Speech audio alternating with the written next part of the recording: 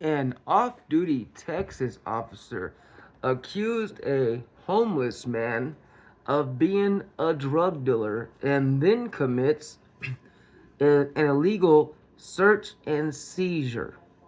I mean, he threw everything but the kitchen sink at this guy. Today on Rational Lunatic Media. Now, this was all caught on body cam.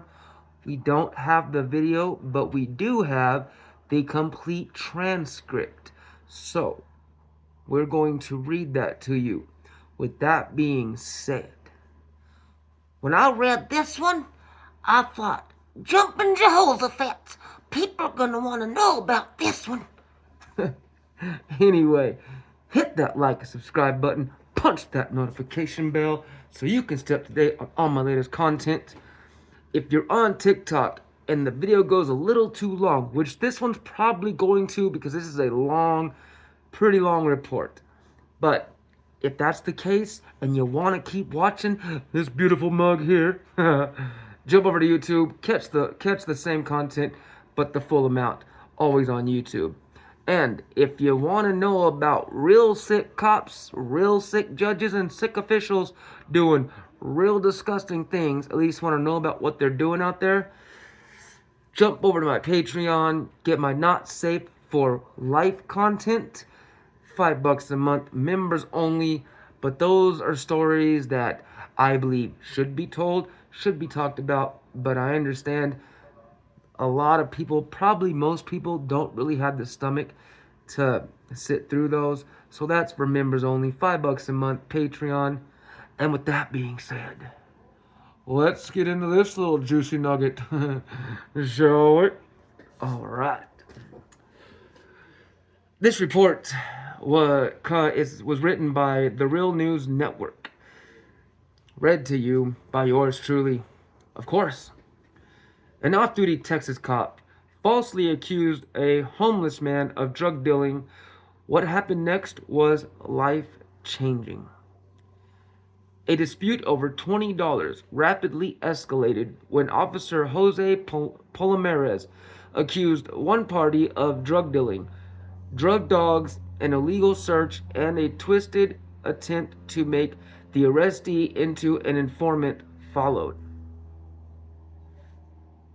Jose Palomares, an off-duty cop, was moonlighting as a security guard at a homeless services center in Fort Worth when a dispute arose over $20.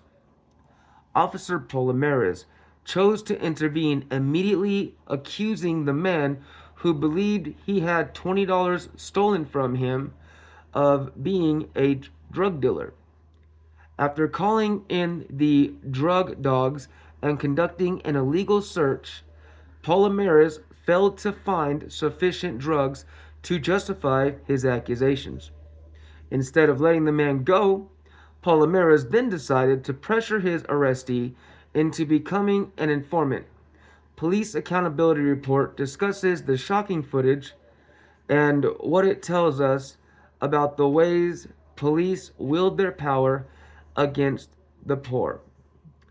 This report was written by Taya Graham and Stephen Janis, um, and the post-production was done by Stephen Janis and Cameron Granadino.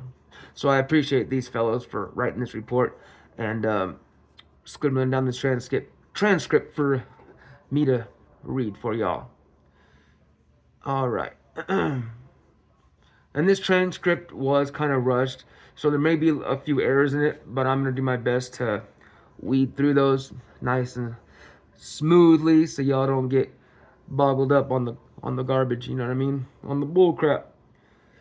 But as you know, I always make it clear this show has a single purpose: holding the politically powerful institution of policing accountable. And to do so, I don't just focus on the bad behavior of individual cops.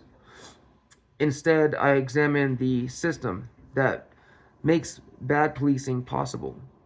And today, I'll achieve that goal by showing you, or reading to better yet, telling you why police need to be watched, because the shocking transcript to the video, because I don't have the video that you're about to hear, reveals how police abuse their power to harass the poor, and when confronted about their overreach, turn to arrest to shut down dissent. Um, it even depicts how police can turn the power of law enforcement to recruit the downtrodden into a weapon against others. All of this we will break down for you, or I will break down for you, of this harrowing encounter caught on body worn camera. Um, but before I get started, I want you to know that if you have video evidence of police, or any evidence of police, please message it to me on here on YouTube. You can also get me on TikTok, or Reddit, same username, Rational Lunatic, or reach out to me. Well, just reach out to me through any of those means, and I might be able to investigate for you. Please like, share, and comment. Please, this is a really big one I'm doing. It helps me to get the word out, and can even help uh, you guys, of course, know I read your comments and appreciate them.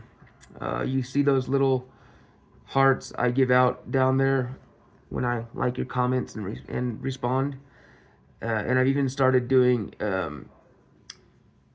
comments like daily to show you how much I appreciate your thoughts, and to show what a great community I have. Even though it's not very big, it's still very appreciated.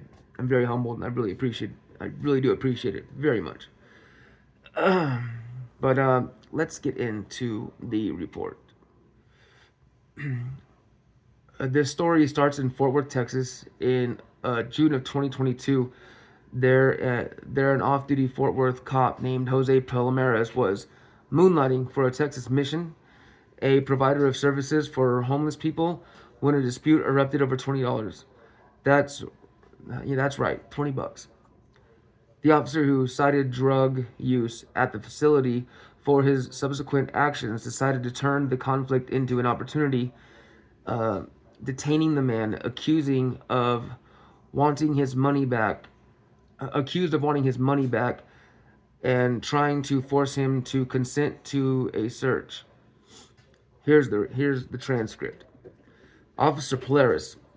So basically, I've just been informed that you're the local drug dealer up here in Dillon Doe. Oh, and real quick, he didn't just accuse him of being a drug dealer and then commit illegal search and seizure. He then tried to turn the guy into an informant for him. Like, the audacity of these power hungry cops is just insane, man. All right, so let's go over that again. Officer Polaris. So basically, I've just been informed that you're the local drug dealer up here in Dillon Doe.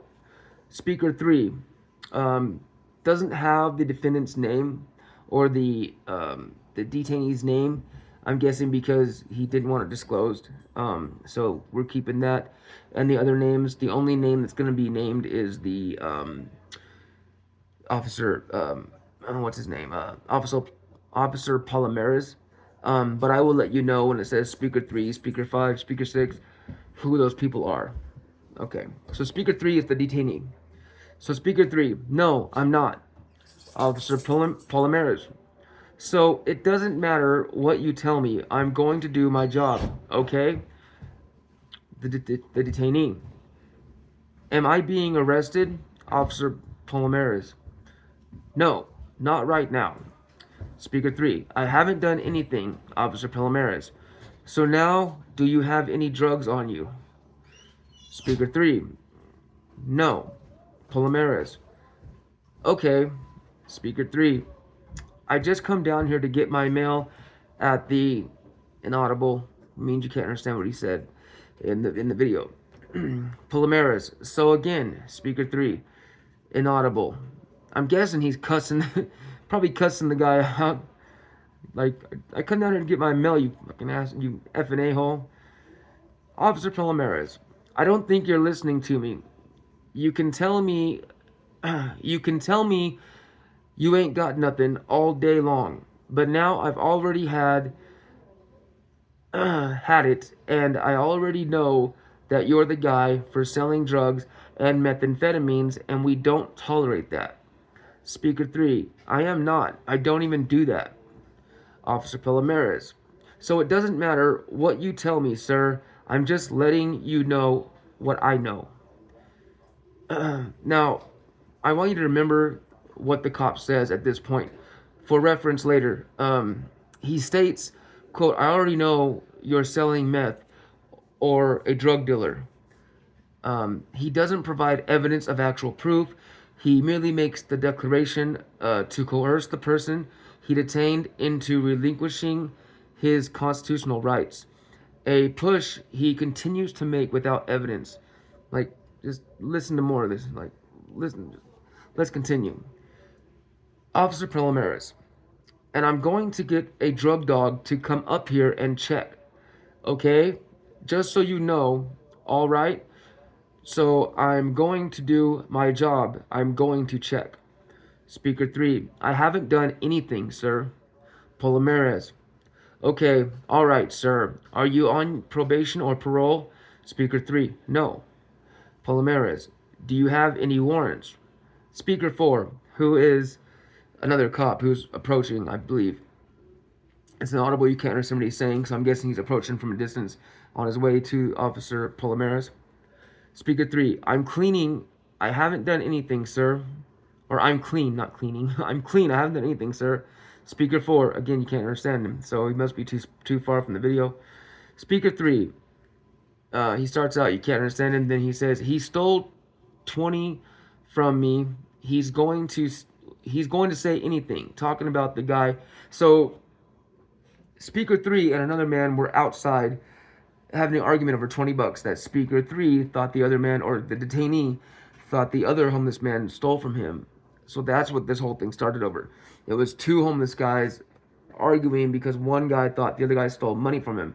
And the guy that was actually accusing the other guy of stealing money from him is now being illegally searched, detained, searched, and seized and all that crap, which makes no sense. Like, they're supposed to help people, especially victims, and here they are taking the victim or supposed victim and making him out to be a suspect, which makes no sense, with no evidence, nothing but the guy that he accused saying, oh, apparently from what the cop says, saying, oh, well, he's a drug dealer, who did it apparently, but there's no proof in here to show this. Now, the person in question does not give in, though.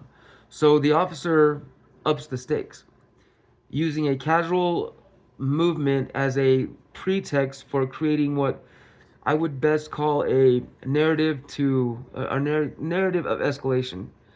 What that means is because the man is refusing the search, the officer overstates the facts to force compliance. Just listen. Officer Palomares, Robert 336, have a seat. Sit your butt down. Speaker 3, I was going to show you here what I got. Which sounds like, so there you go. He was getting ready to say, hey, look, I don't have nothing on me. Let me show you. Speaker 5, another officer, can't understand him. Speaker 3, I haven't done anything, sir. Officer Palomares, I don't care what you say. Speaker 5 again, still can't understand him. Apparently these cameras don't understand corrupt cops either.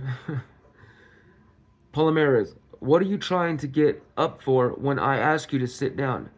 Speaker 3, I was going to show you because this is bullcrap. This is BS. Palomares, I don't trust you, sir. No, you're not going to stand up and try to fight me and take off running and try to hurt me and hurt yourself. I don't know you. I don't know you, sir. Speaker 3, I've never caused any problems. This is BS. Officer Palomares, and I've asked you to have a seat. Why? For your safety and for my safety. Now, one fact worth highlighting at this point of the encounter is the faulty premises of this officer's fact finding. At this point, the officer can cite no direct evidence that the man was stealing. There's also no evidence that he committed an assault, just an alleged threat. There are no injuries, no witnesses to an assault. No witnesses have seen the man sell a single gram of meth, but still, listening to the officer, you would think he already had an outright case, which is why his next move is even more troubling. He threatens the man with a drug sniffing dog. Palomares, well, you're up for dealing narcotics. That is not going to be tolerated. Speaker 3, I'm not. I haven't done any goddamn thing. Palomares, that's okay. I got a drug dog coming. That's okay. I'm going to have a drug dog coming. So I've already asked for your permission to let me check. You said no. We're going to go another route. That's all there is to it. Speaker 3, you can search me, fine. But the thing is, I don't understand why. Tell me the reason why. Palomares, are you going to tell me why when I just told you why? Yeah, are you going to tell me why when I just told you why? This cop's ridiculous. Speaker 3, that's not a reason. I haven't done anything. That's going on. Or, that's going on. This is garbage. Palomares, I just told you why. So what part of why? Speaker 3, what makes you so effing sure?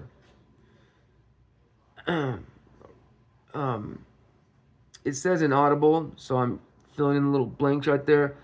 Because I think the dude's just angry. Plus, from what it sounds like, he might have had a beer or two, so he may have been slurring a little bit. But it's not illegal to have a beer as long as you're not drunk in public. And it doesn't sound like this man was at all. Palomares, okay, you asked me one more time, and I'm going to tell you the same thing. Ask me why again. Why? Because somebody says you're dealing drugs out here. That's why. So, I want to point out something here that does warrant more attention. A fact that will become more disturbing as this transcript, slash video unfolds. Simply put, the amount of time and resources dedicated to an incident that was neither violent nor a truly brazen crime is completely stunning. In fact, crime statistics show, for example, in just 3 months in 2024, Fort Worth had over 900 burglaries and 18 homicides. Serious crimes that should be the focus of police attention. But that constant jump rate of crime fails to halt the officer's apparent need to find a way to put this man in jail. Efforts that include, let's say, exaggerating the facts to make his case, to make his case. Just listen up. Speaker 5, who's another cop. 10-4, Speaker 5 is the dispatch. That's who it is. Speaker 5's dispatch who the cop's talking to. 10-4, item 217 is running code. Do you need him to continue code? Palomares, no ma'am. You can have him reduce. He sat back down and he was just trying to take off on me and call for help. Dealing drugs is illegal. Do you not understand that? Speaker 3, I'm not dealing any drugs. Palomares, so somebody tells me you're dealing drugs. I have to come and investigate. Speaker 3, he wasn't standing there talking to me. This is BS. Palomares, sir, what are you doing? Sir, what are you doing? You're not making any sense. You're not making any sense whatsoever.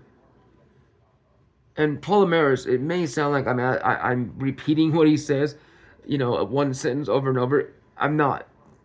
He literally repeats himself over and over in almost every statement. It's freaking ridiculous. Speaker three, the guy's here, or this guy's here. Officer Palomares, it doesn't matter what you say, sir. It doesn't matter. Speaker 3, why? Palomares, it doesn't matter what you say. Speaker 3, why? Palomares, I'm going to do my job. Speaker 3, I didn't do anything. Which, keep in mind here, Palomares is off duty. He's a security guard right now. So, I mean, understandably, they're always an officer. They're always a badge in their pocket. But he's not working as an officer right now. He's working as security guard. So his job as security guard is to make sure everybody's safe.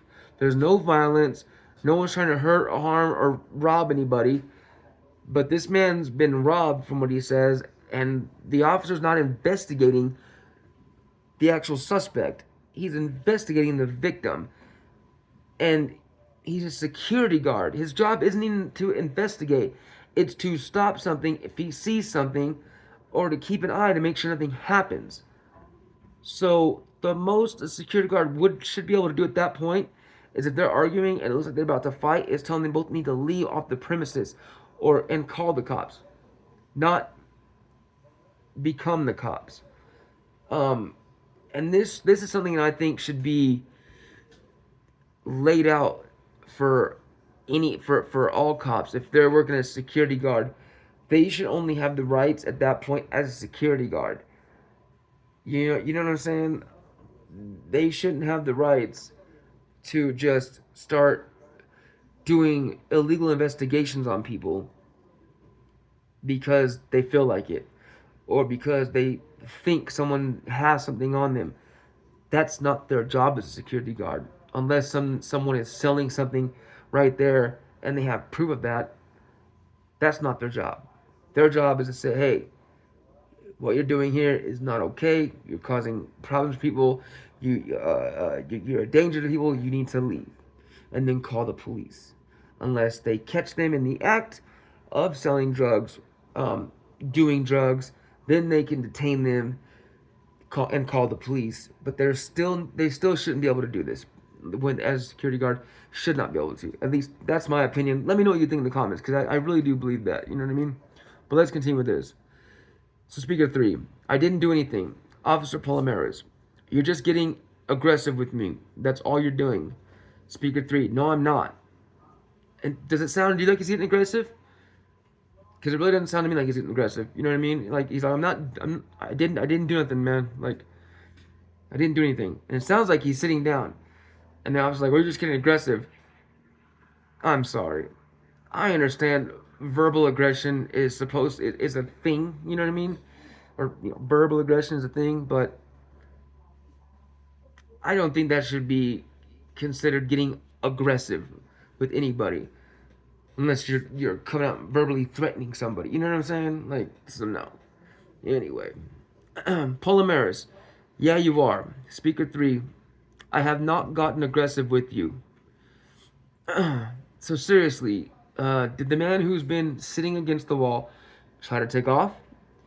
Is the officer so unsure of his case that he had to stretch the facts? But now the second officer decides to join in and escalate the efforts to smear the detainee by accusing him of having, just wait for it, having a cold beer. Just listen up. That's what I meant when I said they talk about it maybe having alcohol in his breath, but come on. Palomares, he's a local drug dealer over here. Apparently, he sells meth. Speaker 3, I'm not a drug dealer. Palomares, he's got meth on him. He don't want anybody to check his stuff. Speaker 3, the guy owes $20. The guy that stole from him. Palomares, so I want a canine to come up here. We've been having a problem with meth up here. Speaker 3, God dang it, I'm not a goddamn drug dealer. Palomares, Say again. Speaker 6. Who is the other officer? Did you already find something? Polymeris. No, but he's got it right here. Dude, they've already dimed him out inside that he's out here, which means ratted him out or sold him out, whatever. Um, Now here's another thing I want to make clear or point out real quick. So apparently I know the laws in not all states. I don't know all states, but I know, like, I believe where I'm from, when you're detained, um, it says you're only, like, even pulled over, like, for suspected drunk driving and like that. It says they're only allowed to hold you as long as is necessary to conduct a proper search of what they, or a proper investigation. So if they hold you for too long, you can literally get that thrown out. If you've been found that they hold you, like, say they held you for 2 hours when they could have, just searched you, had you do a breathalyzer, whatever, for, like, drinking and driving, and got you on your way, right? You can literally beat the case, um, because of that. And there have been instances where people have beaten cases like that for that reason, because it then becomes, an obvious, straight up illegal search and seizure, or a legal detained. I don't know. It's something, but I know there's someone in the law, in the code of law, that states, they can only hold you for, it's like a what a necessary amount of time. You know what I mean? That's not. I can't think of the word, but something like that. Anyway, this seems like it's going on too long. Is what I'm trying to say, but yeah. Let's continue. Sir, close your mouth. Sir, close your mouth. So apparently he's threatened one guy. Speaker 6. It's too early for beer, too. Oh, that's right. He says, Speaker 6, says, did you find something? Polymeris says, no. When Polymeris says, dude, they've already dimed him out, inside that he's out here. Speaker 3 says, one guy. Like, one guy said he did something, right?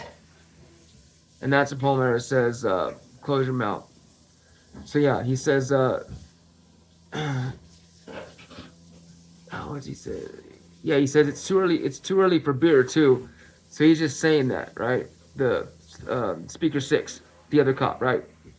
Polymeris. So there was a guy that he just threatened. Speaker 6. It's also too early for that. Speaker 3. I just come out here and eat breakfast. That's all. What did he tell you? Polymeris. Hey, ma'am, this is Robert 336. Do you have a canine available that can make my location? Speaker 5, the dispatch. Can I get a visual and inaudible? Officer Polymeris. Yes, ma'am, a drug dog. Speaker 3, but there's no reason to call a dog. That's crazy. Polymeris. Sir, yes, there is. You're not going to tell me what I'm not going to do, sir. Speaker 3, I'm not trying to tell you, but I'm just saying this is bullcrap. Polymeris, if you take off and get off running, Speaker 3, it's not going to be like that. Polymeris, you're going to be evading detention. You're going to be arrested. Speaker 3, I'm not running. Now just note, drug sniffing dogs are notoriously inaccurate. Like, statistical analysis puts their accuracy rate somewhere between 40 and 60%. An error that would give pause to anyone subject to it, especially because if the dog makes a mistake, you may have to go to jail and wait for your day in court to prove your innocence. And still, at this point, the officer's inability to intimidate the man into consent to a search boiled over. That's because despite his outwardly calm demeanor, the officer again paints a decidedly false picture. Just pay attention. Polymeris. Okay, I'm having them get a hold of a drug dog. So yeah, he's putting up a fight I'm going to get that guy's information real fast. Speaker 6. Okay. Palomares. So if he tries to take off, just hit me on the radio and I'll run out here real quick because he already tried that once. Already, apparently. Really? When did he try to take? Yeah. Now this is a point where things get really interesting. That's because without the benefit of due process, the officer has the man criminally trespassed, meaning he cannot enter or be near the premises again. A move that seemingly makes the officer angry. Speaker 5. I'm on my way. Officer Palomares. So Dora's going to come out here and advise you that you can't come up anymore. So you're going to be criminally trespassed. Speaker 3. What? I didn't do anything. Palomares. And you're still detained, and I got a drug dog coming up here. I mean, the audacity of this cop. Like, seriously. Like, right? Come on, man. Palomares. If I were you, the second you try to get up and be slick, and so if I were you, don't. Officer Palomares. Listen to me very carefully, sir, because ain't nobody playing games with you. Speaker 3. Why are you yelling at me? Palomares. Because you're interrupting me and talking over me. That's why I have to get louder with you, because you don't listen very well. At this point, if you take off, jump up, take off running, and fight, you will have additional charges. Do you understand me, sir? Speaker 3. Yeah, I haven't. Palomares. Okay, so if you take off, it will be evading detention. Speaker 3. I haven't even tried. Palomares. I just want to be clear with you. I'm being very clear. See, it sounds like he's... You know how when the cop... You'll see a cop with someone down and they're trying to handcuff him, and they're like waving their arm and they're hitting the guy with the billy club or kicking him or kneeing him and telling him stop resisting. You hear the guy going, I'm not resisting, but the cops are saying that, so it makes you think they're resisting because the way they're manhandling them, and it makes them look like they're moving too much. It sounds like this officer is pulling one of those, like, don't you run, I'm telling you, if you run, man, I'm telling you, it's gonna be bad for you, don't you run. So as soon as he goes to grab him, he could say, "Oh, he's resisting," and start just beating the hell out of the guy. That's what it sounds like it's leading up to. But let's find out together. But that's just what it reminds me of. You know what I mean? I just want to be clear with you. I'm being very clear with you since the time we started talking. I'm not playing any games with you. I've been very direct with you and very straight up with you. Just repeat, repeat, repeat. God, man, shut up. Like, I'm reading this, and I'm already over this cop, man. I was over this cop, and I started reading it, though, so whatever. Speaker 3. Why are you yelling? Palomares. The only one playing games is you. Which Speaker 3 didn't even say you're playing games. God. Speaker 3. I didn't do anything. Palomares. And doing illegal activity, sir. Speaker 3. I didn't do any illegal activity. Palomares. It doesn't matter, sir. I got a drug dog coming. Yeah, you said that plenty of times, fool. We have the right to do that. The police has the right to investigate, but not security guard, you piece of garbage. That's what we do. And right now, you're a security guard. You are off duty. You're working as a security guard. Be a security guard. And come on, man, you're a rent-a-cop at this point. Quote, or not quote. Sorry. So then something unexpected happens, an incident that perhaps is more revealing than it would seem on the surface. A cop watcher arrives, and this is where it gets cool. Specifically, Manuel Mata, and in this case, not just a cop watcher, but an independent observer, someone who turns the focus around onto the police and puts them under scrutiny for their actions. Now, mind you, not with a drug dog or threat of arrest, but with a simple cell phone camera. Like, take a listen and notice now police, or how police respond when the spotlight turns on them. Palomares. Sir, we got a guy with drugs here. Sir, you cannot be here in the spot. You can record over there, sir.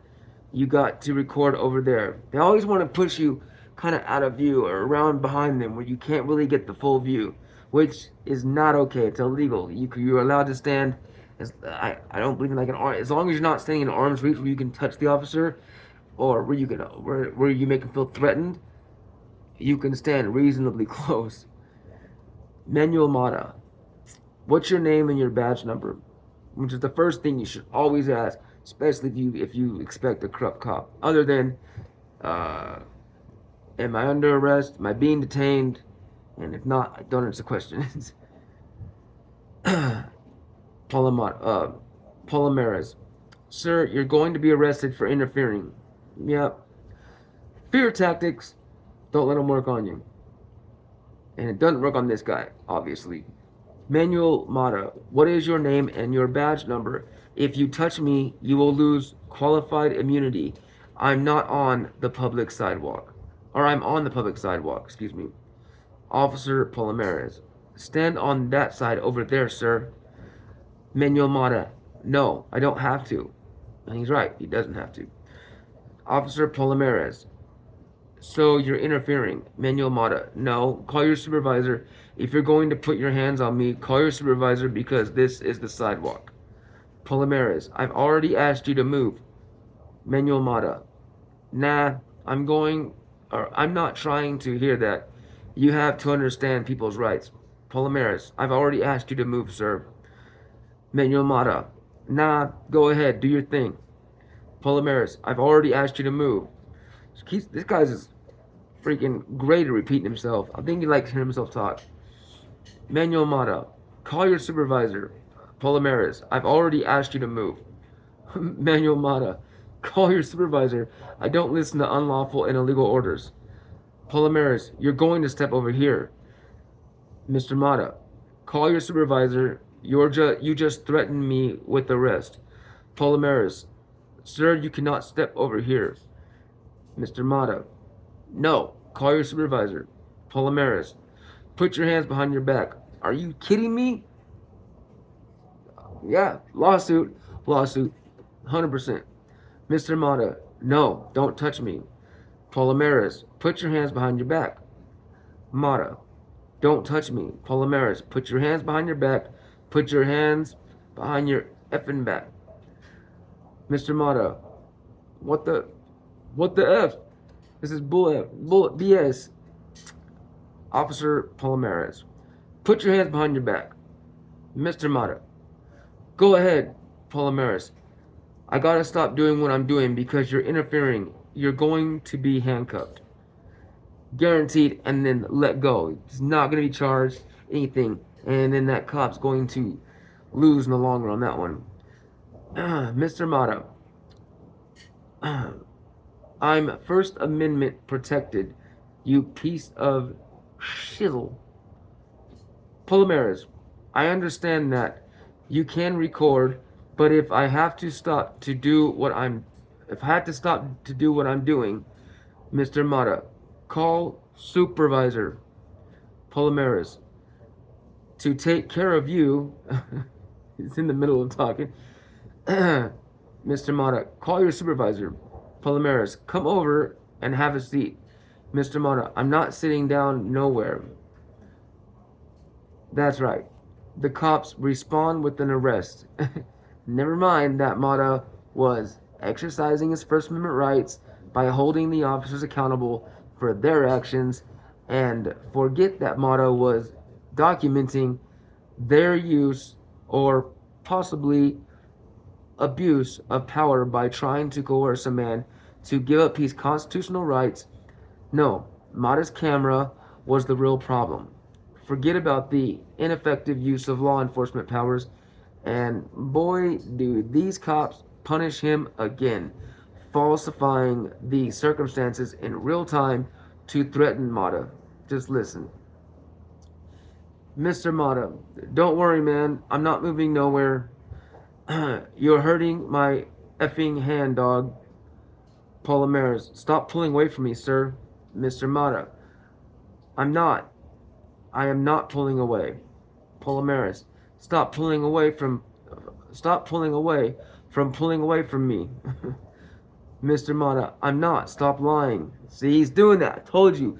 He's doing that whole stop resisting so he can be a douchebag and put hands on somebody, like, forcibly, and, like, put some actual, what's it called? Like, put a beating on somebody, man. This is what cops like this do.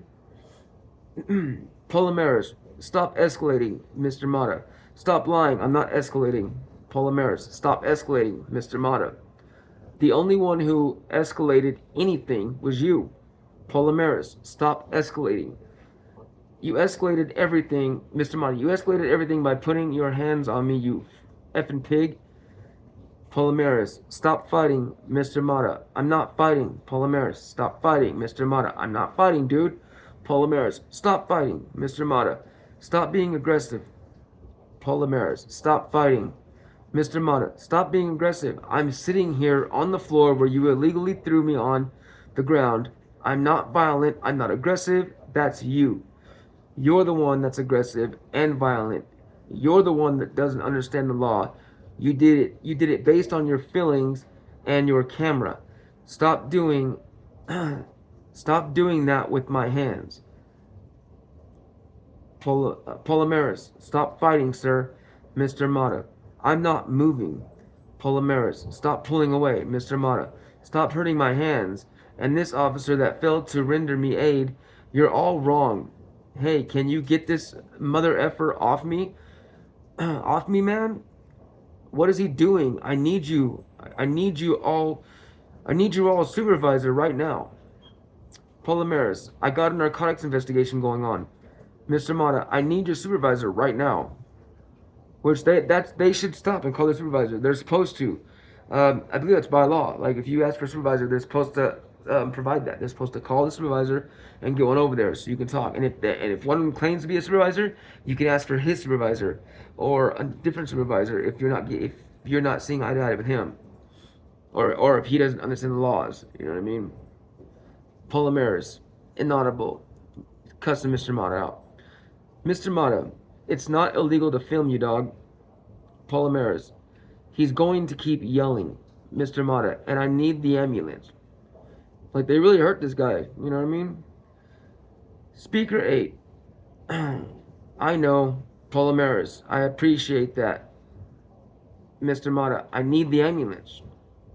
And now, finally, after all these protracted efforts to get this man to consent to a search, including the threat of possibly inaccurate drug sniffing dog arrest, criminal trespassing, unsustainable accusations of drug dealing and violence, the arrest of a cop watcher, and some would say violent use of force.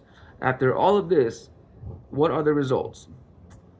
What is the outcome of this extensive and protracted investigation? What finally happens? Well, simply put, nothing. Nothing at all. And you just take a listen if you don't believe me. Just listen up. Polomares, the front door ring, they added that ring. They added cameras all around. Just this side doesn't have one. I'm going to tell her to add one here. Speaker 9, it's maybe a gram. And I believe Speaker 9 is the other, who should be the suspect, but who should be the suspect, who supposedly stole Speaker 3's, the detainees $20. He's the one giving information to the cops. Polomares, okay, Speaker 9, and that's like personal use. I don't think he might be splitting his personal use with somebody, but I doubt he's dealing it out. What we're probably going to do is we're going to suspect case him, see if it's going to work a little bit. Or Speaker 9 may be another cop, but I'm not positive because as I said, I'm reading. I had not seen the video, so I'm doing my best here. Polomares, cool, yeah. Speaker 9, they cut the warrant. He'll get a possession case after that, but he probably has some good information about what's going on. He just didn't want to talk in front of everybody. They're talking about the detainee, right? Polymeris, whatever you all can do, I appreciate it, man. Also, Speaker 9 must be the K9 unit. Or, yeah, Speaker 9. So, what we do need to probably do is um, talk to him while transporting him to jail, but take him over to um, the blank sector and we'll try to do an interview with him out there. Polymeris, okay, I appreciate you. Thanks. That's right. The alleged drug dealer uh, does not have enough in his possession to actually deal. So yeah, so he had something, but it was less than a gram.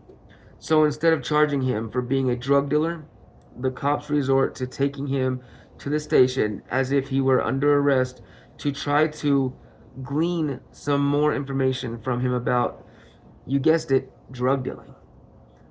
In other words, uh, in other words, convert him to a criminal informant. And for the record, creating a criminal informant is a very unregulated and uh, opaque process, and becoming one is an incredibly dangerous occupation to be forced into. Yeah, being a rat, I mean, it is. Being a rat's very dangerous.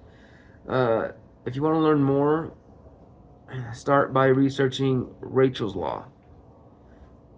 But there is so much more to this story than a failed attempt to turn a small time drug user into a criminal informant. Um, Behind the scenes, details that turn this case of bad policing into an example of law enforcement malfeasance. And for more on that, I will be talking to cop watcher Manuel Mata, who was arrested at the scene and has been fighting the case ever since. But first, uh,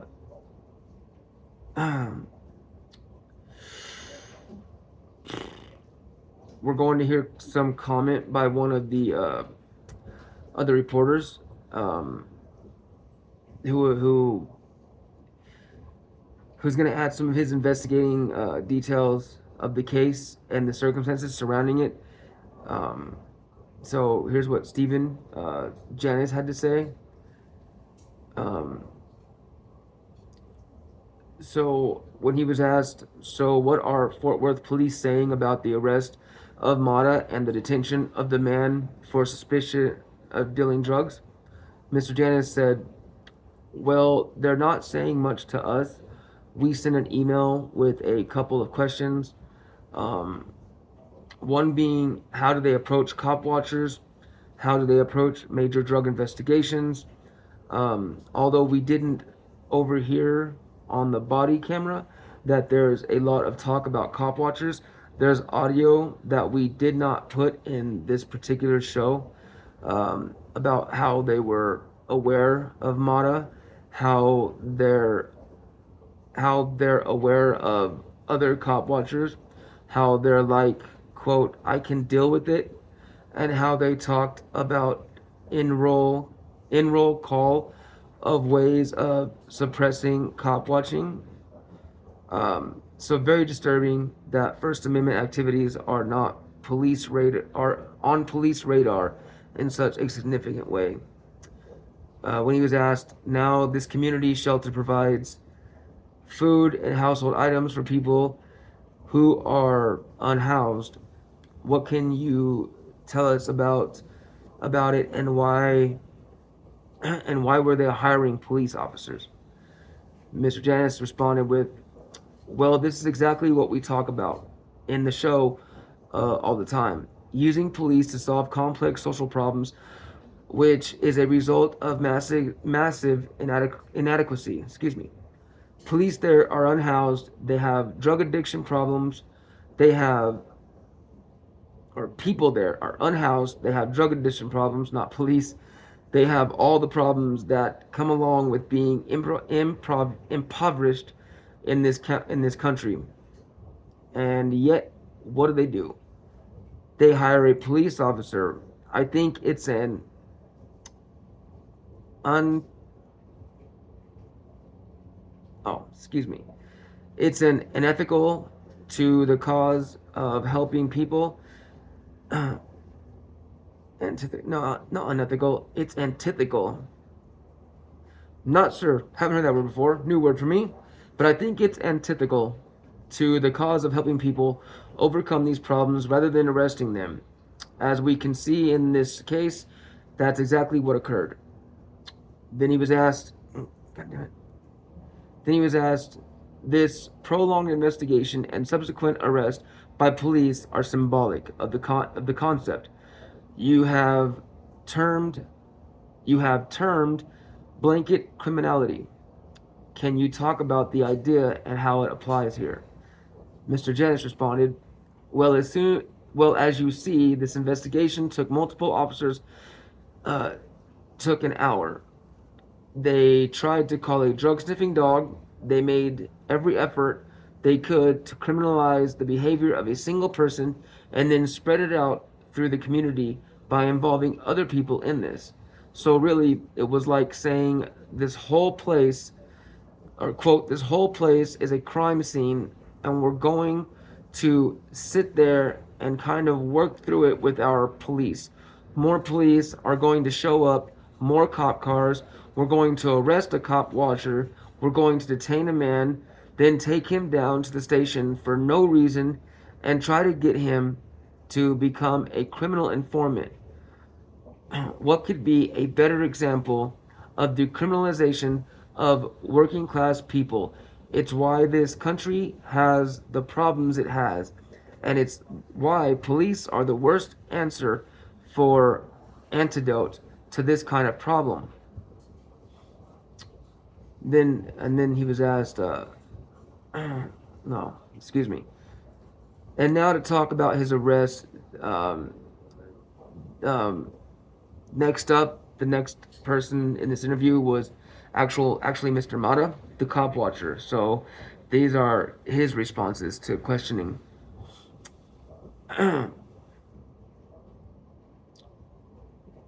So we're going to hear about his arrest, the events that led up to his arrest, and what he has learned since. Um, so this is his response.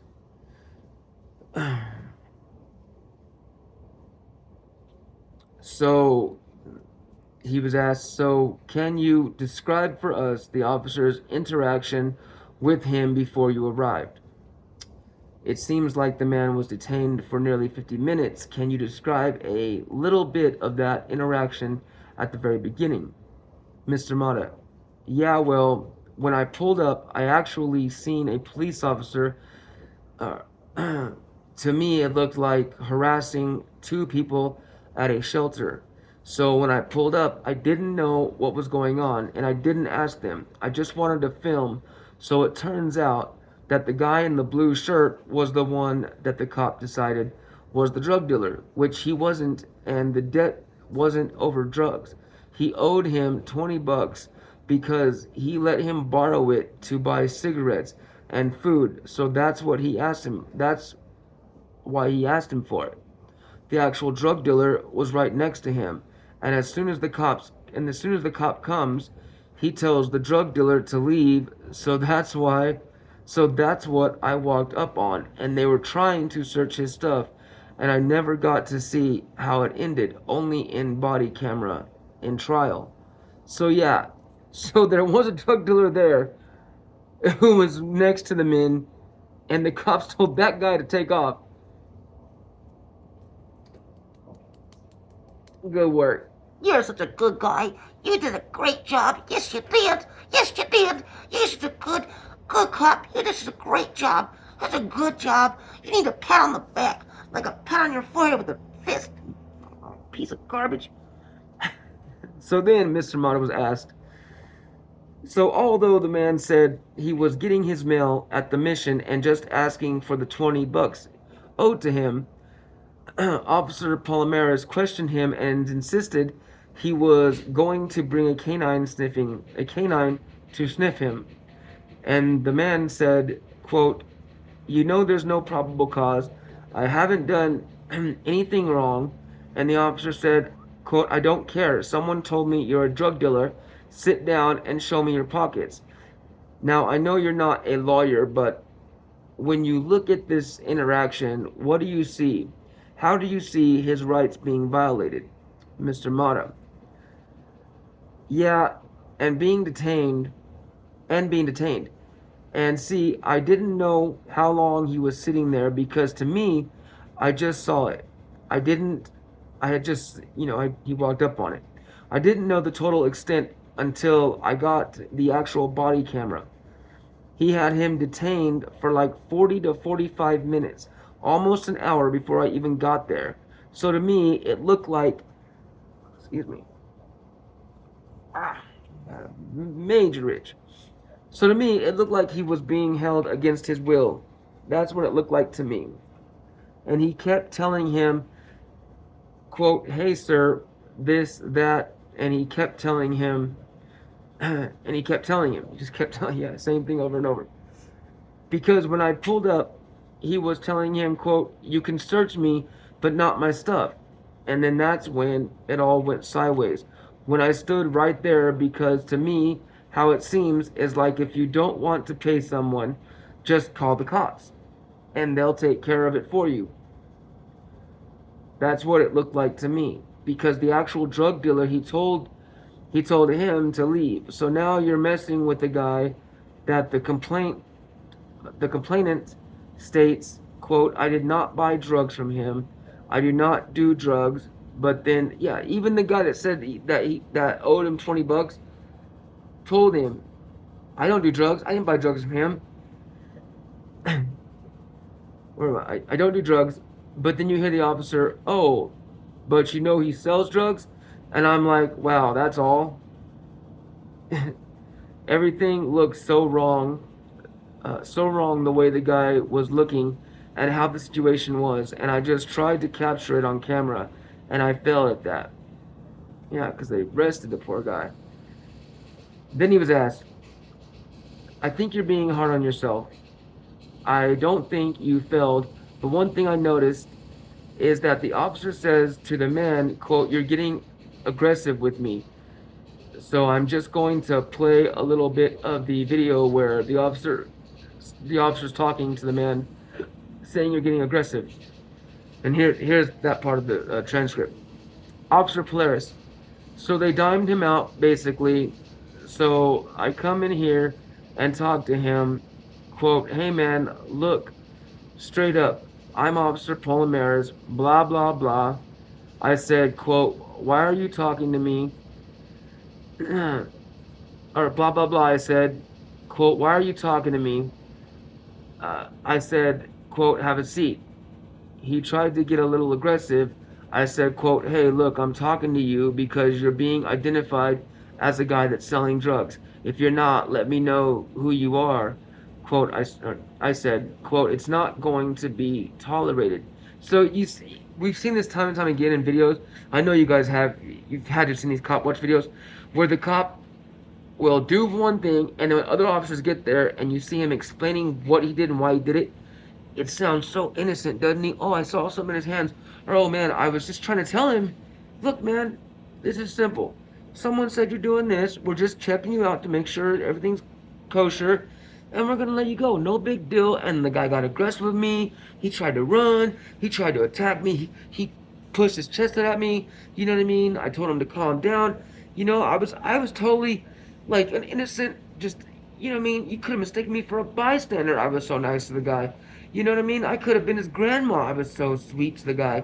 I mean, you would have thought I was trying to give him cookies or tuck him into bed. I was so understanding and polite to this person, but he just wouldn't stop blowing up on me. And then I could have swore he tried to swing, and I had to lay him out. I don't know. You see this time and time again where a cop does this crap, is aggressive, is mean. There's been so many lawsuits against officers who have done this, but when you see them explain it to their colleagues or their sergeant on camera when they get there to the scene, oh man, the way it comes out of their mouth is completely sunshine and rainbows, how their attitude was, and they did nothing wrong until the camera's footage comes out and they're fired, sued, possibly going to jail or prison. Yeah, sounds like that's exactly what this cop is doing. So, when we look at this video, uh, they want Mr. Mata, Manuel, the cop watcher's opinion. Does this look like aggressive behavior to you, Mr. Mata? How do you try to talk to one? Quote, hey sir, and then just to resort to aggression, violence, and I have to control you. None of it made sense to me. I don't understand how someone walking up and then like the guy was he was asserting his rights to be safe and secure in his property and papers, and it's like the cop wasn't trying to hear it because in his mind, he caught a big drug dealer and that's all he cared about. He didn't care about his rights or the process of criminal procedures. It just went out the window because this officer had it in his mind that he created a good enough story, and I just totally disagreed. Yeah, it sounds like, honestly, it sounds like the people or the dude said that guy's the drug dealer, the actual drug dealer guy they told to leave. Like, it sounds to me like people were like, he's the drug dealer, and the cop mistook the wrong person because he was arguing with the guy. And they let the drug dealer go, and they were convinced he was convinced this guy was a drug dealer, convinced he was going to find something on him that was substantial enough to charge him with dealing, possession with intent to sell. And the guy had less than a gram on him, so it wasn't enough to even charge him with intent, just a basic possession charge, which is nothing. And then and then realizing he had nothing on him, tried to scare the guy into informing, into becoming a rat. We found less than a gram on you. You know what would help you right now? Becoming a rat for us. That'd be your best option. You're such a good officer. Yes, you are. Yes, you are. Such a good officer. Just to clarify, I want your thoughts on the accusation that this man was a drug dealer, considering that this information was provided by people in the mission who can be telling the truth, or they could have been trying to settle a personal score over owing money, or they could have even been referring to a different person as a dealer. Exactly what I was just saying. Does this concern you that someone could just point a finger at you and bring down the police on you without any evidence? It concerns me, Mr. Marter's response. Yes, but you know what was the most troubling to me when I saw it was the fact that them two people did not identify the man in the blue shirt as the drug dealer. The man said it was the other guy in the white shirt. Same thing as the woman. She said, quote, it's the other guy in the white shirt. So there were other witnesses that straight up said it's not him, the guy you let go, he's the one dealing drugs, not the dude in the blue shirt, the guy in the white shirt. And this stupid, ignorant, I know it's a cancellation word, but retarded ass officer was like, oh, the guy in the, if you add white to blue, it could be a blue shirt, the blue shirt guy with the white tag, the shirt, the white tag, right? The shirt with the white tag, the white shirt, no, yeah, with the white tag, yeah, white shirt. Well, there is no guy with the white shirt. Nah, you idiot, you freaking let him go, you dumb. God dang, man. I mean, kudos for the guy, the dealer, whatever. I don't give a crap. Do what you do. Just don't hurt innocent people and don't deal to kids. But people want to do drugs, do what you want to do. It's your life, live it. As long as you don't hurt anybody else. I mean, you shouldn't be hurting yourself. If you need help, get it. Honestly, been down that road myself in a bad way. I've done everything under the sun, and I was a long time addict for a very long time. Until not too long ago. So do what you do, man. You want to get high, get high. That's your thing. You're an adult. It's your life. mess it up if you really want to. But nah, man, come on, dude. These cops need to get a grip, bro. Like, seriously. But here we go. It was the man in the white shirt, and even the officer afterwards, he kept trying to explain to the drug investigators, quote, he's the drug dealer, and there's another one right there with the white shirt. So the white shirt guy was still there. They told him to leave, but he just apparently didn't walk very far. Quote, so I'm confused as to what your job and what you're doing because this man's telling you, quote, I barely have $5 to my name. I'm on a bike. He's as a cooler. He has a cooler and he has a BB gun for rats because he lives outdoors. Not only that, he's at a homeless shelter trying to get assistance. Now, that is not a drug dealer. So they ask.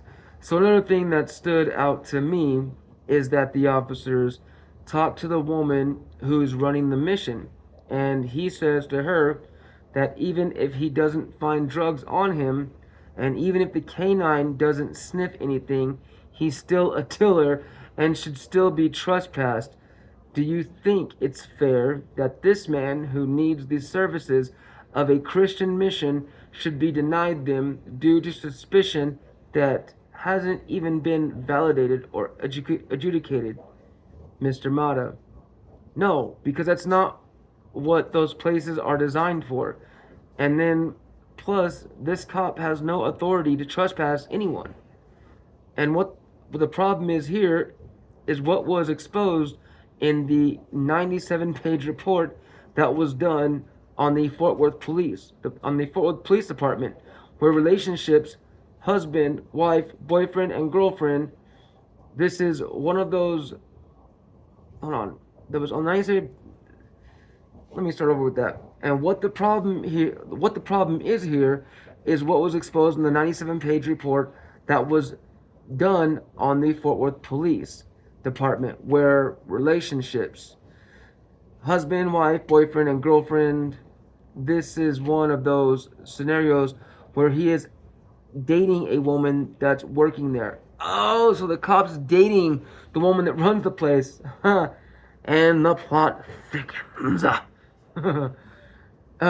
He's dating a woman that's working there, and this is the constant harassment that these two do to innocent people, because all he has to say, quote, is quote, I don't want him here. The girlfriend said, quote, okay, babe, he trespassed me, and I wasn't never on the property.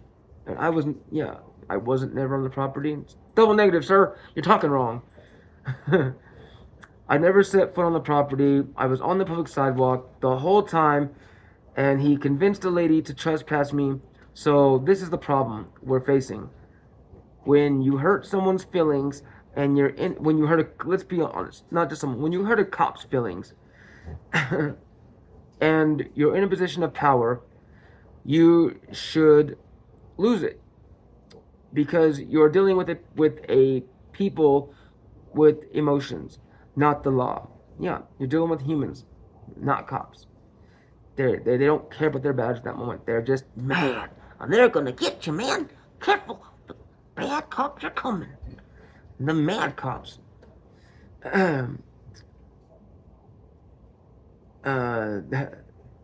They're just human with emotions, not the law, not human decency.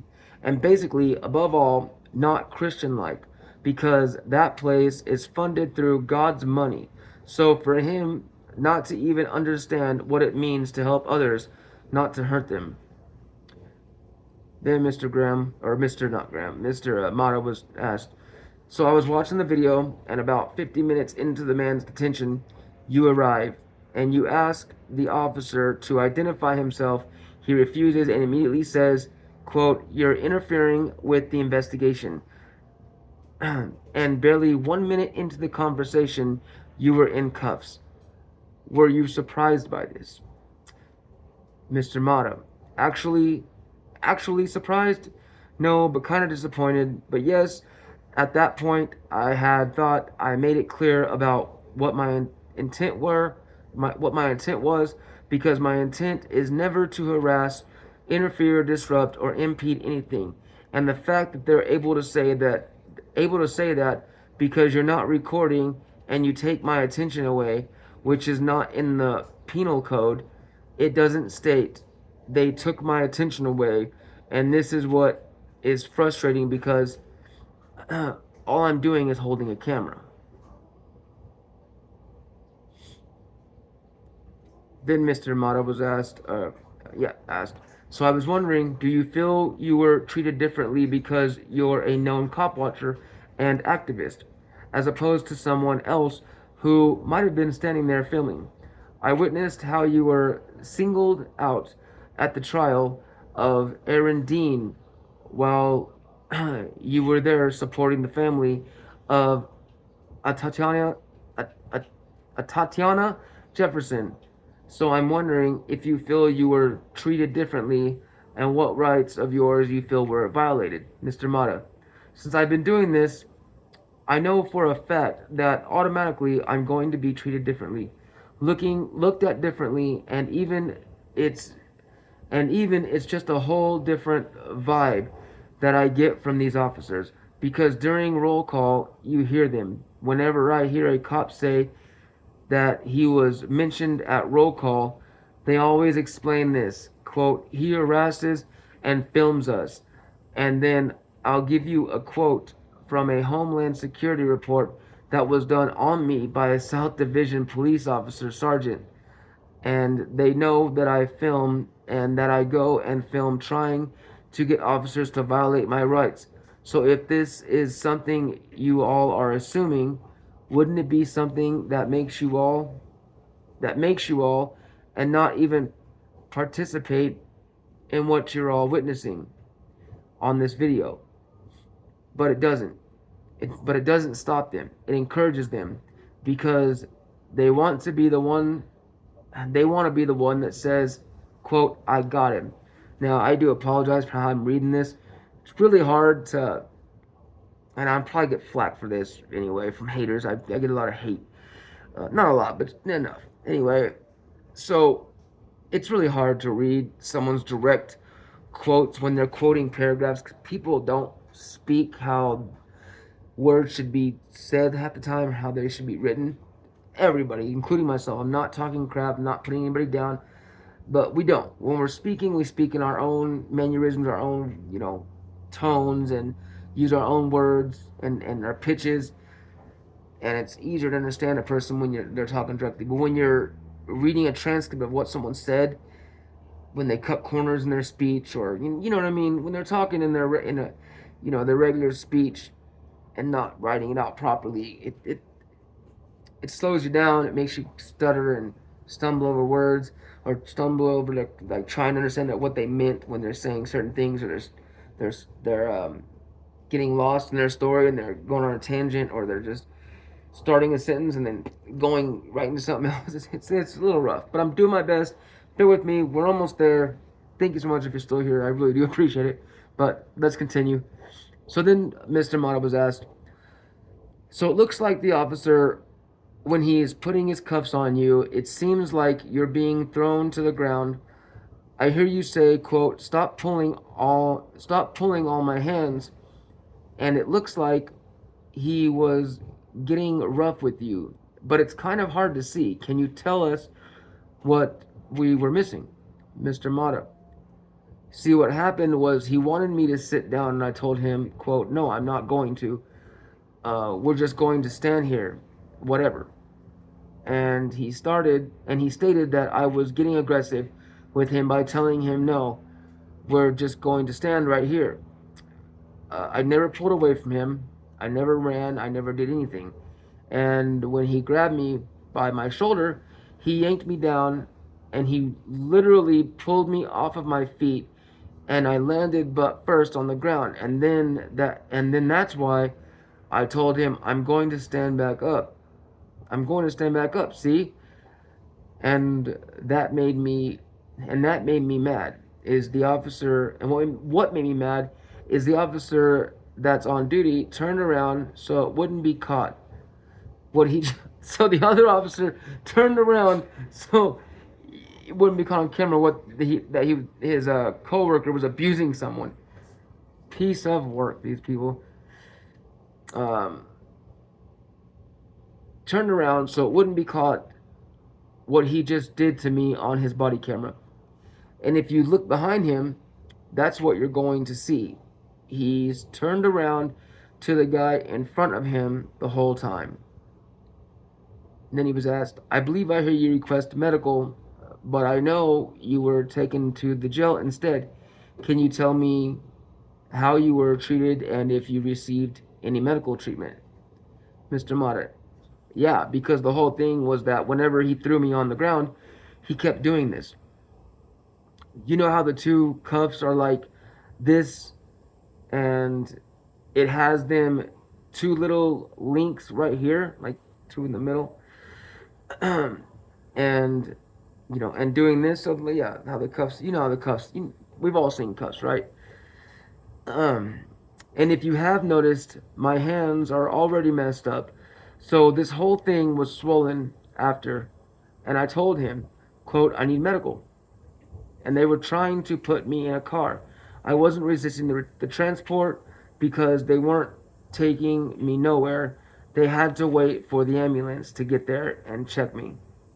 And then when say I wasn't resisting or I was, no, he wasn't resisting. Um, and then when he did, he said, quote, he's cleared to go to jail. When I get to jail, when they take the handcuffs off, my hand is so swollen that I tell the guard, quote, look at my stuff. And they're like, what? So they take pictures and they send me to the hospital. So I go to the hospital, I get treated. They say something about break of skin. I don't remember what it was because I didn't get it.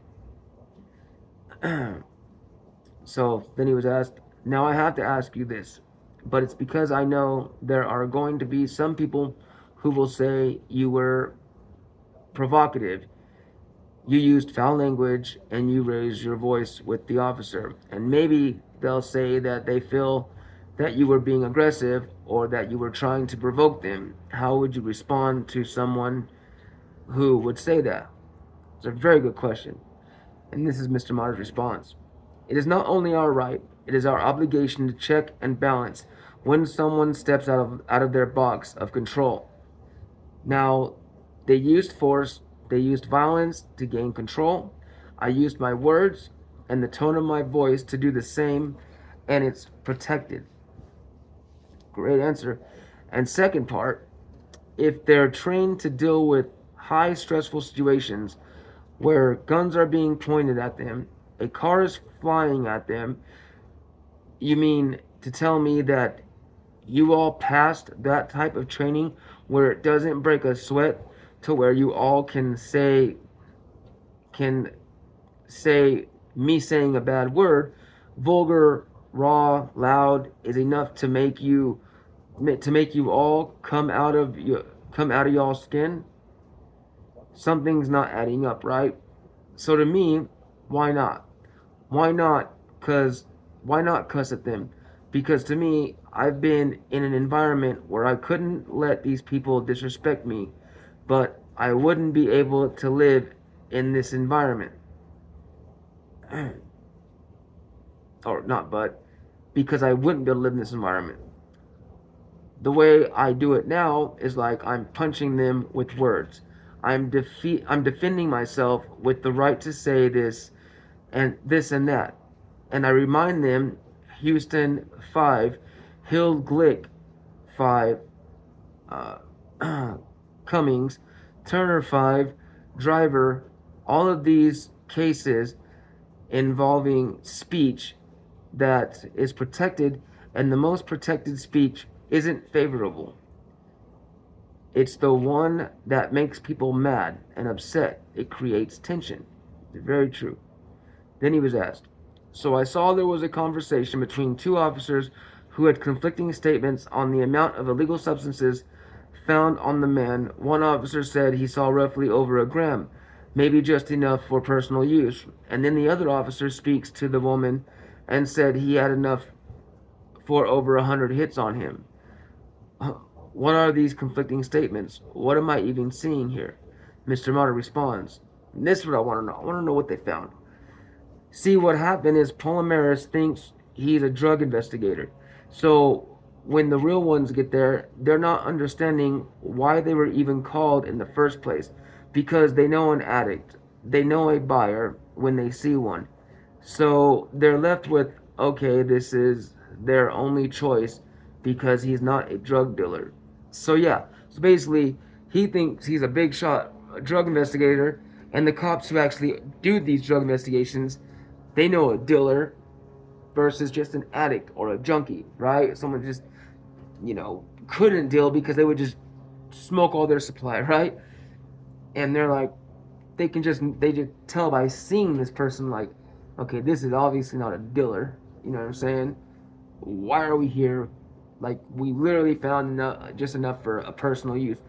This is ridiculous. So they had to make up something though, so they don't make their comrade look bad. You know what I mean?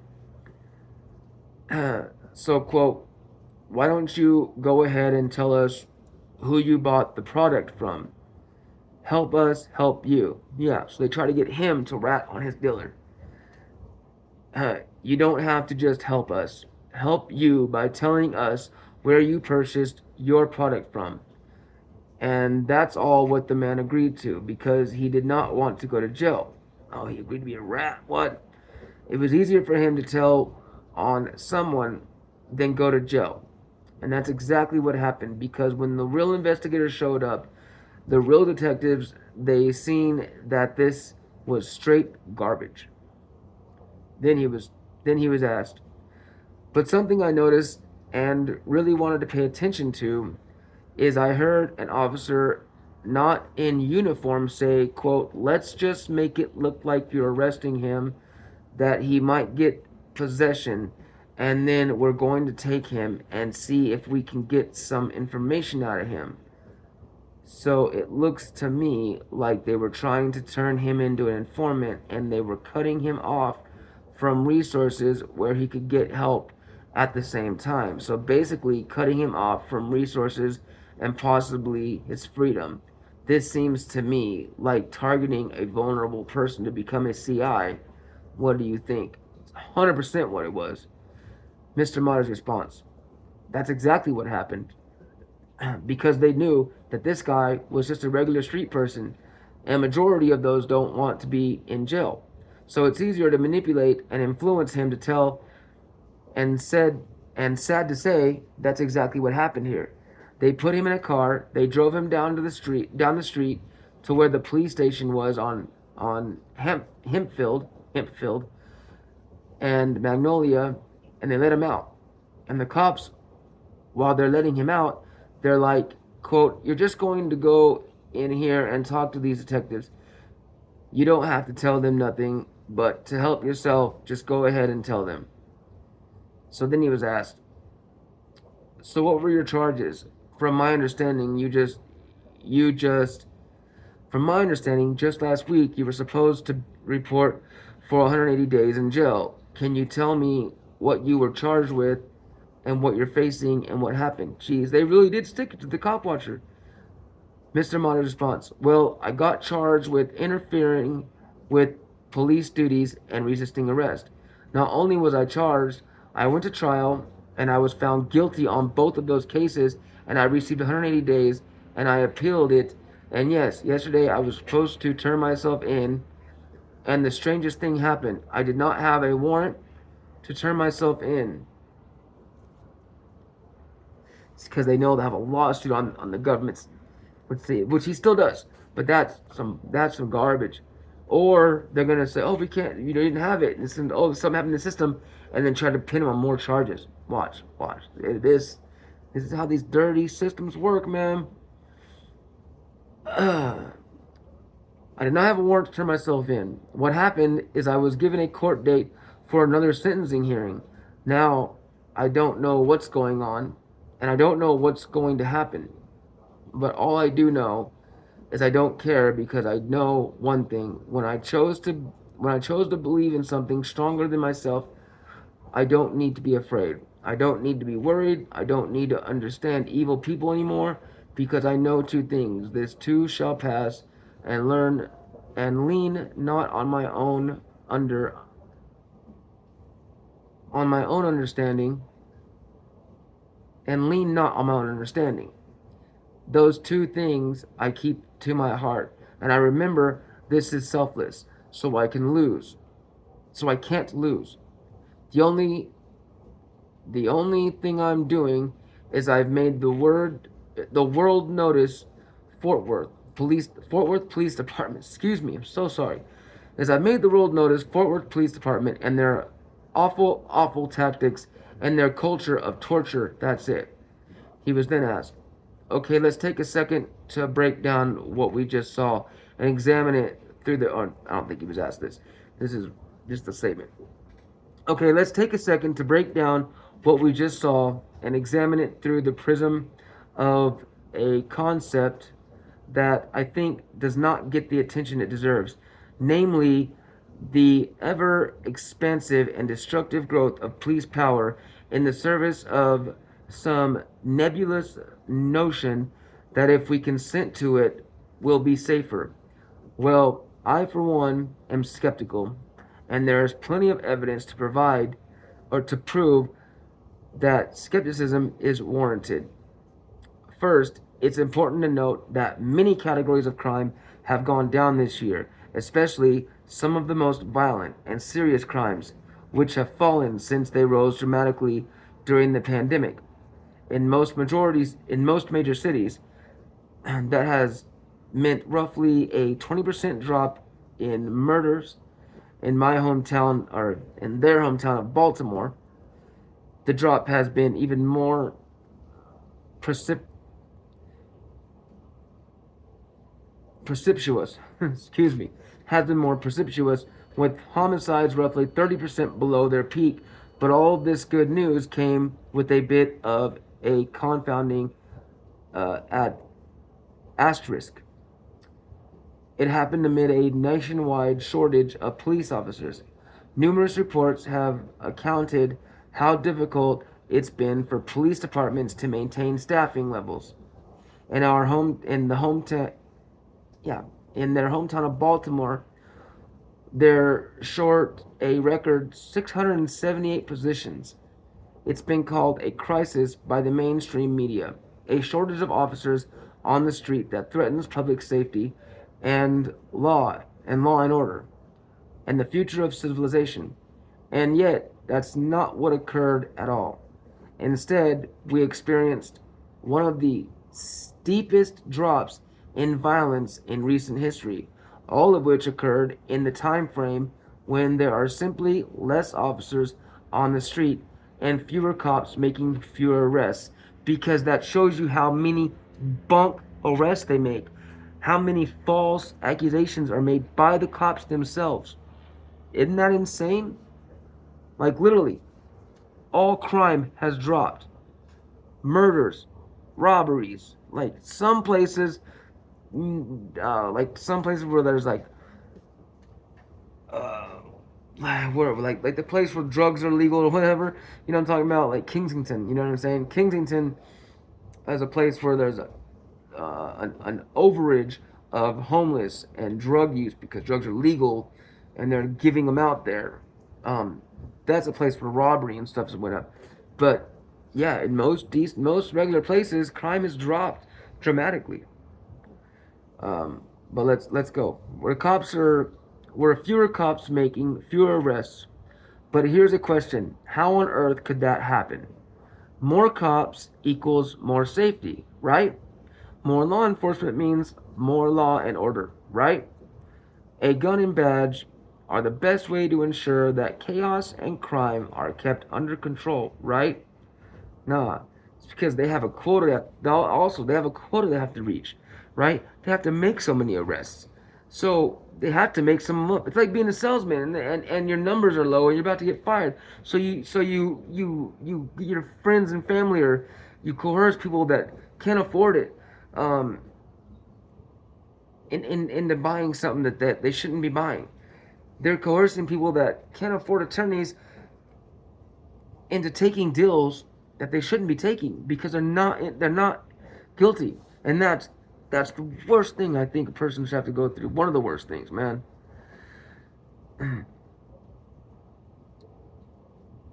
According to the police partisans, this drop in crime could in no way be due to the lessening of social isolation and economic stressors at the end of the pandemic. Of course not.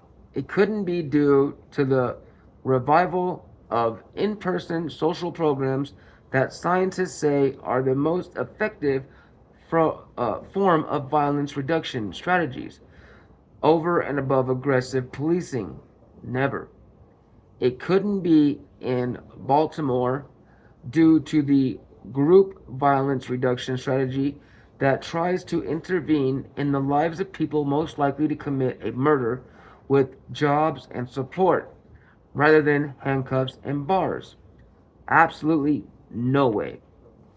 It just couldn't be any of those programs that mitigate poverty, uplifting communities, and generally work with people as if they're human beings, not human cattle to be arrested, caged, and locked away until the end of time. It's just not possible, right? There's only one solution to violence. There's only one way to get results, right?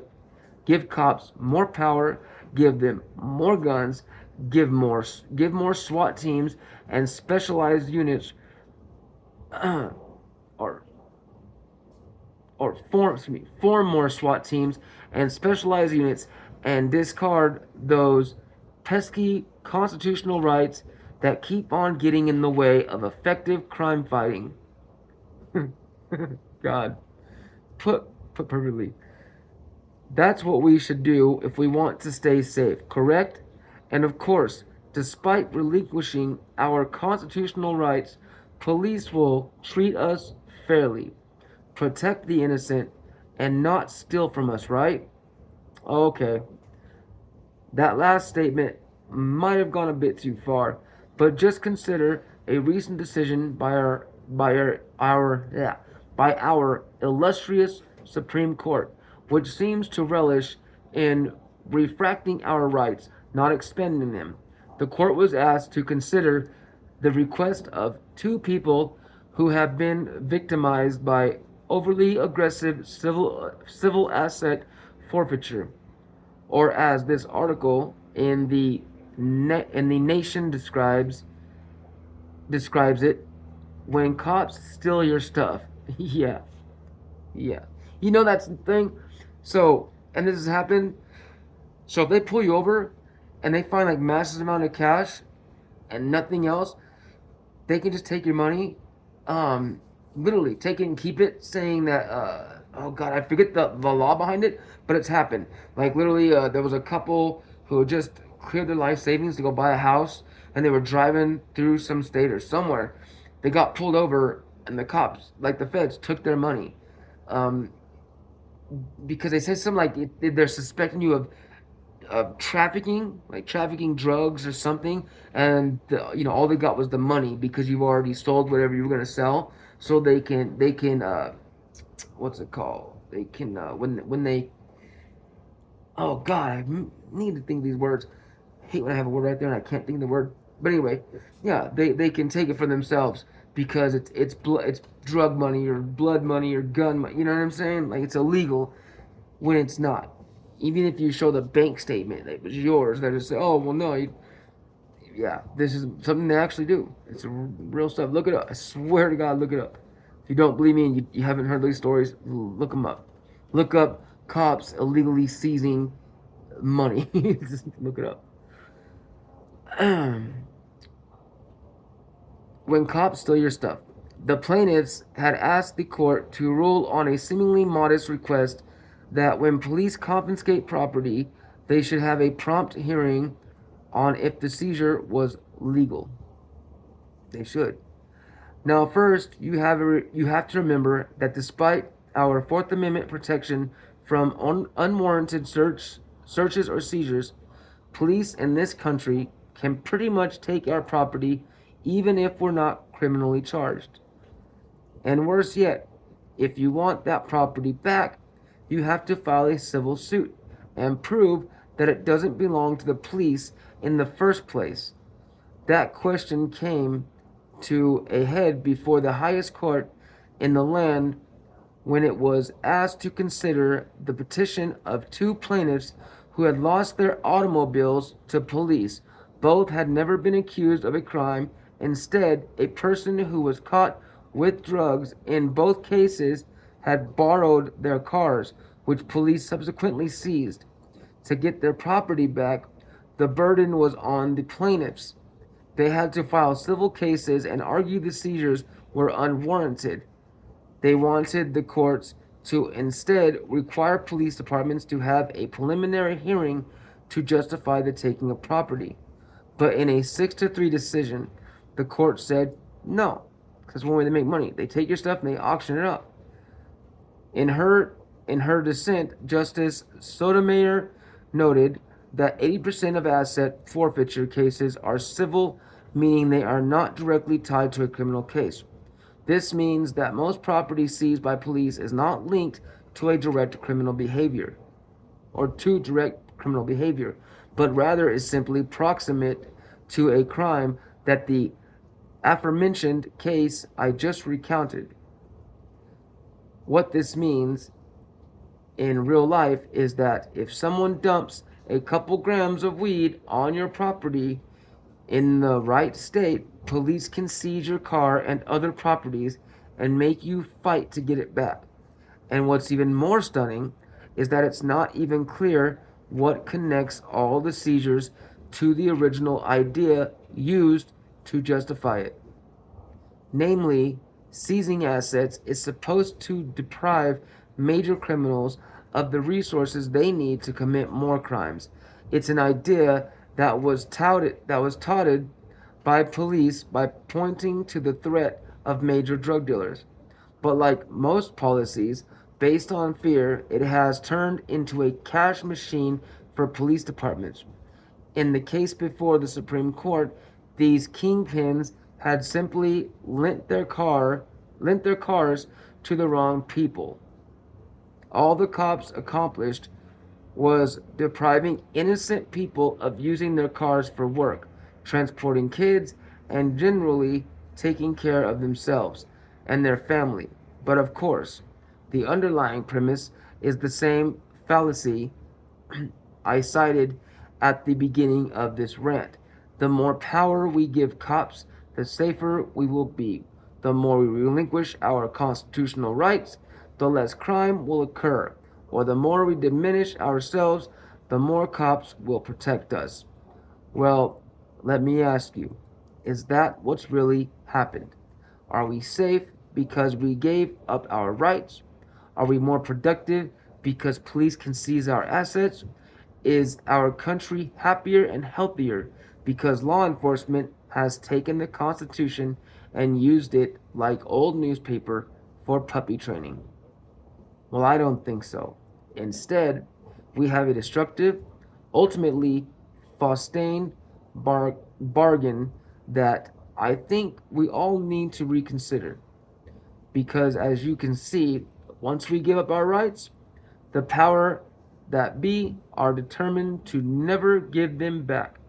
And fighting to get those rights is surely history we don't want to repeat. I want to thank Manuel Mata for speaking with us and keeping us updated on policing in Fort Worth, Texas. Thank you to Manuel, and of course, I have to thank intrepid investigative reporter Stephen Janis for his writing, research, and editing on the piece. Thank you, Stephen, and I want to thank mods of the show, Noli D and Lacey R for their support. Thanks, Noli D.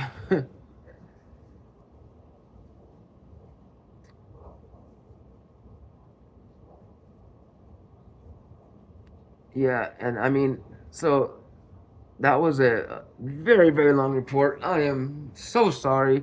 If you're still here, no, I'm not. If you're still here, obviously you enjoyed it. I appreciate you being here. Um, I mean, I highly doubt anybody stays to the end. No one stays to the end of my videos, but whatever. I'll get better. Eventually, you'll be here. And for those of you who are here, man, I appreciate you so much. Thank you so much for being here. You didn't have to be, but you chose to stick in with me. Um, I know, like I'm all right reading a certain amount, but then like start slowing down real quick, don't I? My eyes start getting blurry. I have real bad vision and stuff. So, but anyway, no excuses. We're getting there. We're doing it. Thank you. If you made it, you made it to the end with me. Thank you so much for being here. Um, Don't forget to give those good officers a nice pat on the back for doing such a good job protecting us now. but thank you. Not thank you. Hit the like, subscribe button. Hit the notification bell if you haven't done it yet. And as we always say, till the next time, stay healthy, stay free, And stay wild.